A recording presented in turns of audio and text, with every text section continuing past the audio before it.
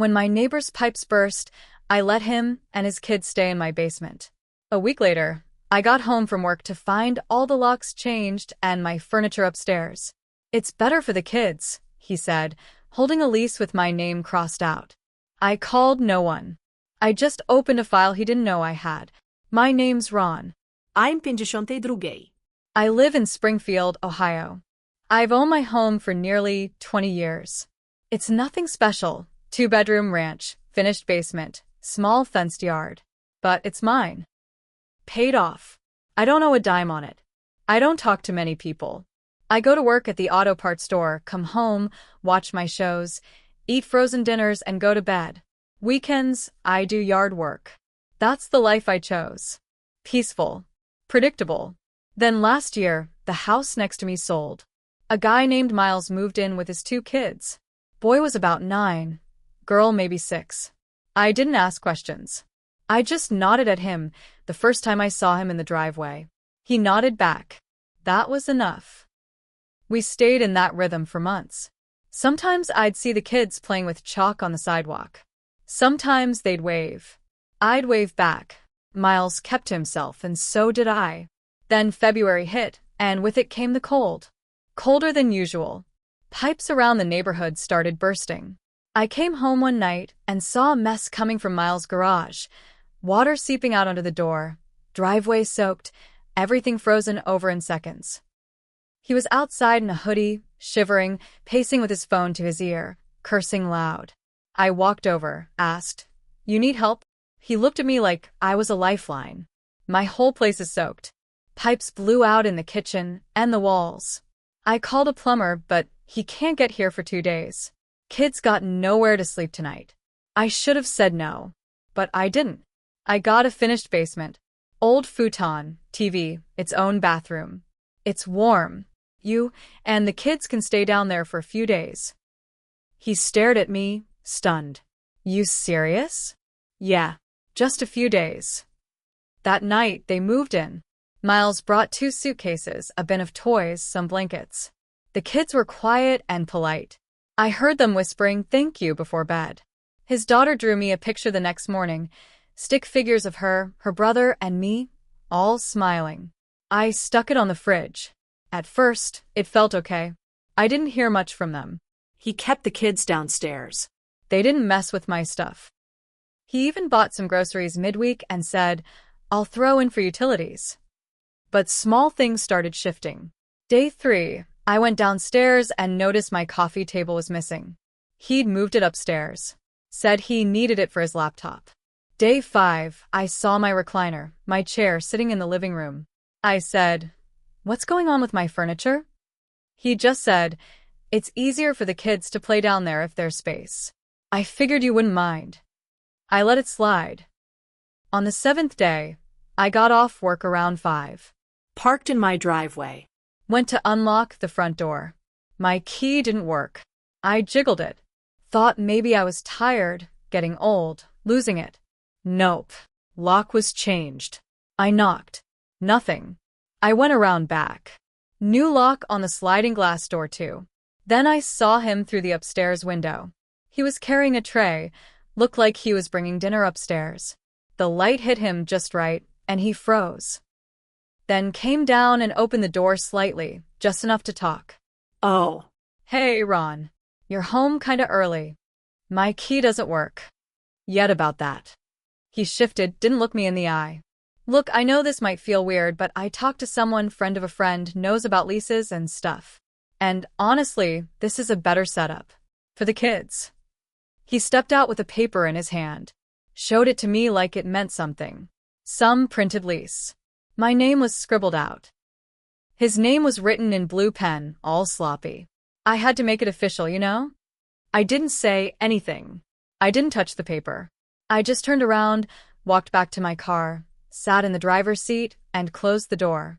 And then I opened the glove box. Inside was a manila folder. I'd been keeping it there for years. It held one of the only things I'd never told anyone in this neighborhood, not even the cops. And Miles didn't know it, but he had just made a very bad mistake. The folder was plain. No markings on the outside. Just old documents, copies, a USB drive, and 3 printed photos that hadn't seen daylight in over a decade. Miles didn't know that years ago, before I bought my house, I used to do freelance IT work on the side, mostly for cash. One of my clients was a private investigator out of Dayton. I helped him recover files off damaged laptops, cracked some password-protected folders, that kind of thing. Nothing too crazy, but I learned how to dig. The last job I ever did for him involved a guy named, well, wouldn't you know it, Miles Harwick. Same name, same birth date. Back then, he was married, caught up in a mess involving missing union dues and some kind of payroll skimming scandal. I didn't think about it much after that. Just made the files readable, passed them on, and that was that. But the name stuck with me. Miles isn't super common. And when this guy moved in next door, something about him bothered me. The way he avoided questions. How he always paid for stuff in cash. How he never mentioned the kid's mom. So, I ran his plate one night. I still had a few tools left on an old flash drive. Nothing illegal. Just the basics. And that's when I found out his full name matched the one from back then. Miles L. Harwick. Same middle initial. New town. Different haircut.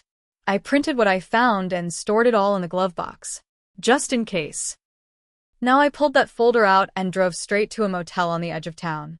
It was the kind of place where no one asks questions. I paid cash. Asked for a room far from the office.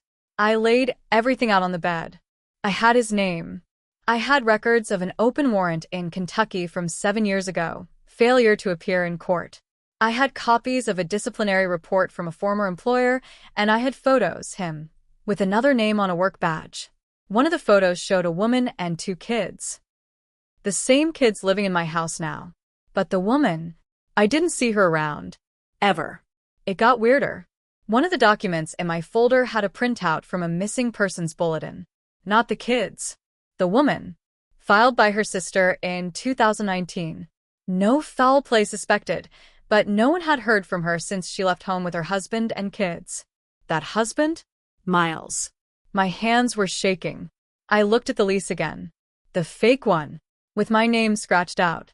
He was hiding. Using my house as cover. Using his kids as camouflage. I didn't sleep that night. The next morning, I made 2 phone calls. One to an old friend from the PI world, who still owed me a favor. The other to a guy I knew from high school who now worked in real estate law. Quiet guy. Smart. The kind who could make paperwork disappear, or reappear if you asked the right way. Neither of them asked why. By the end of that week, I had something better than revenge. I had proof. Proof that the lease was a forgery. Proof that he had no legal claim to be in my home. Proof that the utilities, deed, and taxes were all still in my name. But I didn't go back yet. Not until I was ready to do something worse than calling the cops. I stayed out of the house for another week. During that time, I watched from a distance. Literally.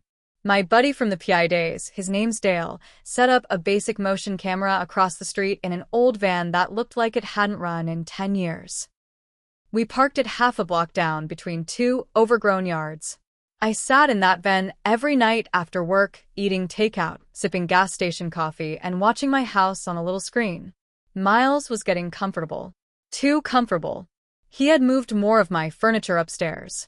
He let the kids run around like it was their backyard now. They'd drawn chalk all over the front sidewalk, even scratched their names into the tree I planted myself 15 years ago. And the worst part?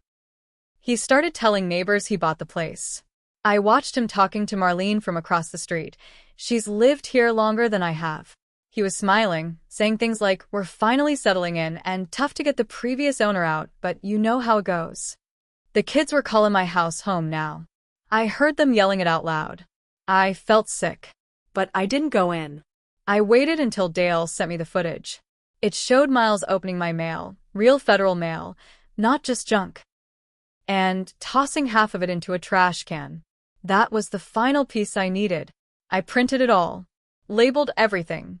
Created a timeline. From the moment he stepped foot in my basement to the day he changed my locks. I had it all. Then I called his old employer. I wasn't sure if the guy would talk, but turns out Miles left more damage behind than I realized. The guy didn't need much convincing. I asked about the missing money. He said it was still under investigation, but he was willing to talk to the right people if it meant exposing Miles. Now here's where it gets twisted. My real estate lawyer friend, Travis, dug deeper into the deed and the forged lease. He said something that stopped me cold. This lease? It's not just a fake. It's a trap. If you challenge it the wrong way in court, he could spin it like you abandoned the property and he's establishing tenancy. Squatters' rights laws are tricky, especially in Ohio. I stared at him. So what do? You don't challenge the lease. You bury it. So that's what I started doing. I built a paper trail showing Miles as a trespasser, not a tenant. Utility bills still in my name. Mortgage statements, even though I had no balance, still arriving at my P.O. box. Photos of him discarding my mail. Evidence he never paid rent. That's when we brought in someone else. A friend of Dale's, a woman named Clara. Worked in child services. Quietly, unofficially, she flagged Miles as someone worth looking into. She couldn't act yet, not without something big. So I gave her big. I remembered that missing persons notice about his wife. And the more I looked at those kids, the more something felt off. They didn't talk about their mom. They didn't even seem to know her name when I overheard them playing one night. I passed that detail to Clara. 3 days later, she called me back. Her voice was low. Serious. We need to talk. Somewhere private. We met at a diner just outside of Springfield. I sat in the back booth, away from the windows. Clara showed up late, no makeup, hoodie pulled tight. She didn't order anything. Just opened a folder and slid it toward me. I pulled what I could, she said. Off the record. Inside were school records, health records, a few old reports from Kentucky when the family first moved there. Back when the mother was still listed as a guardian. The paper trail stopped in 2019. No divorce, no custody filing, nothing. Just gone. No death certificate either, Clara said. No official record of her passing. She just vanished. My throat tightened. So the kids? They haven't been to a doctor in 2 years. No school enrollment since last spring. He's been moving around with them. No stable address, no contact with other family. I stared at the papers, trying to find something to hold on to. Could he have? I couldn't even finish the sentence. We don't know, but we're opening a case. Quietly. That night, I didn't go back to the motel. I went back to my house. I parked down the block, walked through 2 backyards, and waited until the lights in the living room went off. I had one last key he hadn't taken, the one to the old storm cellar underneath the back patio. Nobody used it anymore, but I had fixed it up years ago. Reinforced steel door, padlock, all hidden under a fake garden bed. I climbed in, flashlight in hand. Underneath, I had stashed a few boxes of my old tech gear. Backup drives, cables, routers, even a shortwave radio. I dragged them out. Set up a basic remote connection to the home network he'd taken over. He'd logged into the Wi-Fi as Harwick Family Home. I smiled at that. Then I accessed the security camera system I'd quietly left running on a backup router in the basement, one he hadn't found because it was disguised as a power strip. Every night he'd been there, every time he came in and out, it was all there. But something else caught my attention. One night, the girl had a nightmare. She came upstairs crying. I watched as Miles stood in the kitchen yelling at her. Loud. Mean. His son didn't even flinch, it was like he was used to it. But the girl kept crying. She kept saying one thing, over and over again. Where's Mommy? Where's Mommy? He snapped at her. Said something I played back 5 times just to make sure I heard it right. She's not coming back. Ever.